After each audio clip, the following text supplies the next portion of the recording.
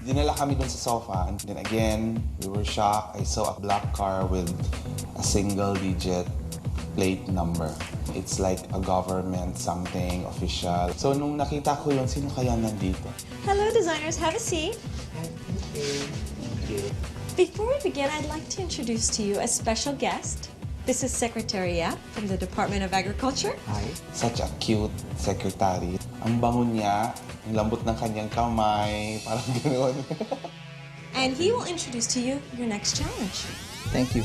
It's such a pleasure to meet all of you. And we're all very familiar with our national dress. Whether it's the barong or the barot saya, this is what defines us. What people fail sometimes to consider is more than the unique cut. It is basically the fabric that we use in making this national dress, which makes it what it is. Take, for example, the abaca. This is how you see it when it is stripped out of the farms. And this is indigenous to the Philippines. 85% of the world's supply of abaca comes from the Philippines. No wonder they call it the Manila hemp. And piña, we know it as a magnificent fruit. But from the leaves, when we strip it, is what gives us the piña fabric. And of course, silk, queen of all fabrics, legacy of the Chinese, been with us for the past 2,000 years. But beyond the glamour of fashion, of the national dress, the barong, the material, the fabric, beyond the Klieg lights and the fashion lights, what people don't really know is that 83,000 Filipino farm families depend on abaca. And more than 4,000 families depend on piña weaving.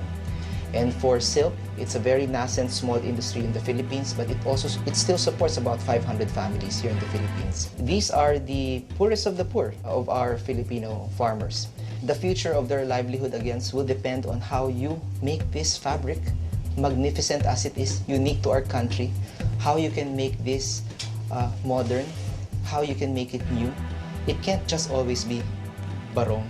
It can't always just be barot saya. So, good luck. Designers, your challenge is to work with these indigenous fabrics in a non-traditional way. As the forefront of Filipino fashion designers, show the world what you can do with these fabrics. I repeat, we don't want to see any traditional elements in your outfits. We want to see something new, something fresh, something that pushes the envelope, something that looks forward and not backwards. I felt thankful because this time, government is supporting Philippine fashion. Na-inspired kami talaga na to bring Filipino name into a global market. We ask a lot of you for this challenge, so we're going to give you 2.5 days, and I will give you your fabric in the workroom. Okay? Thank you very much. Thank you, Teresa. We'll see you upstairs. Sabi nga namin matutuwa sana si Ivan kung nandito pa siya. Pero I'm not so sure kung matutuwa siya na avant-garde pala ang dapat gawin. Hello, designers. Hi. Here are the fabrics that you're going to be working with for this challenge. VJ, since you won the last challenge, you get the first pick. Wow! I'll choose. Yes. Okay.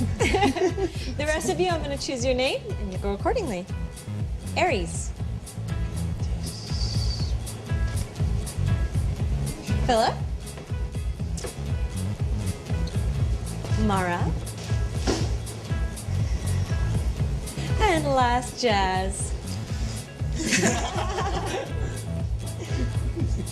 So there you have it. Good luck, and I will see you on the runway.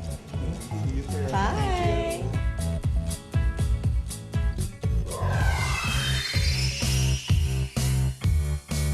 This is a new material for me.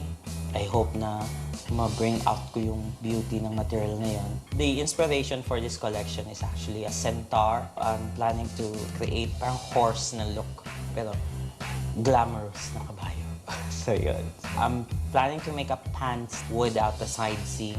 All the seams will go around yan. So paikot-ikot lang silang paikot. And then I'm just going to make a very loose jacket na may exaggerated shoulders and then a very small waist. I like this the gorilla thing. It's so couture. My employer in Saudi Arabia used to buy this fabric. We used this for wedding gown and they were amazed of this fabric. Na-shock sila because none in the world that they could see such fabric. We sell it very expensive there.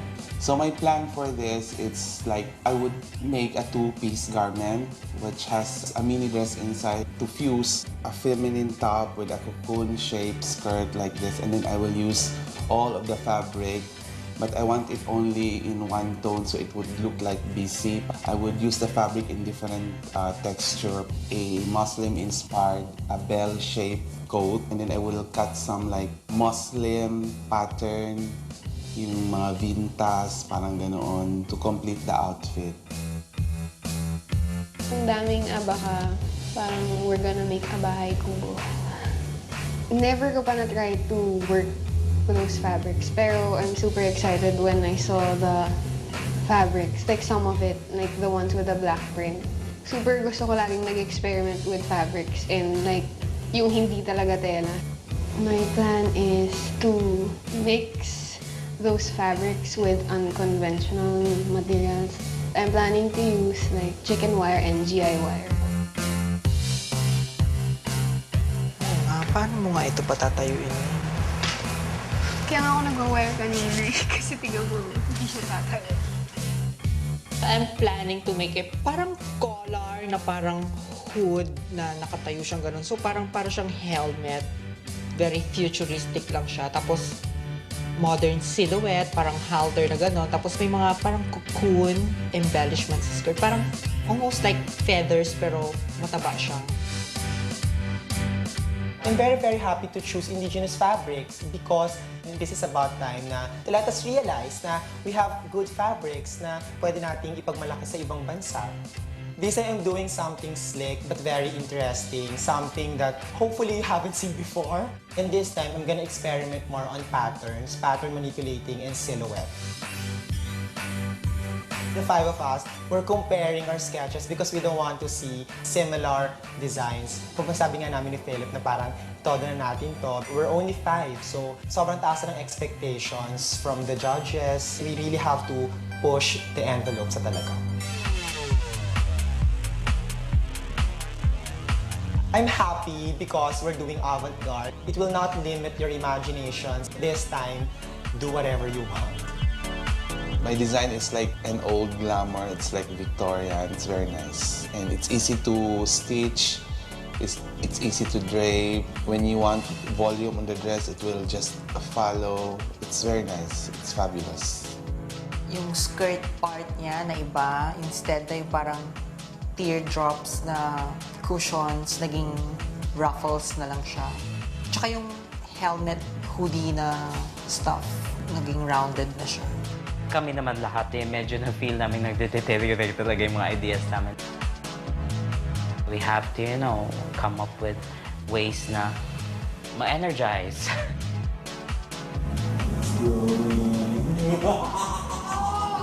Yesterday, hindi ako nag-work talaga. It's a failure. So, today lang ako nag-start. Papatungan mo siya o ganyan na siyang naka-expose? Hindi. Ito yung frame. Okay naman. I'm happy. Pero I'm just worried because I don't have time. Right now, I'm still doing the stitching because parang most of it, in every seams,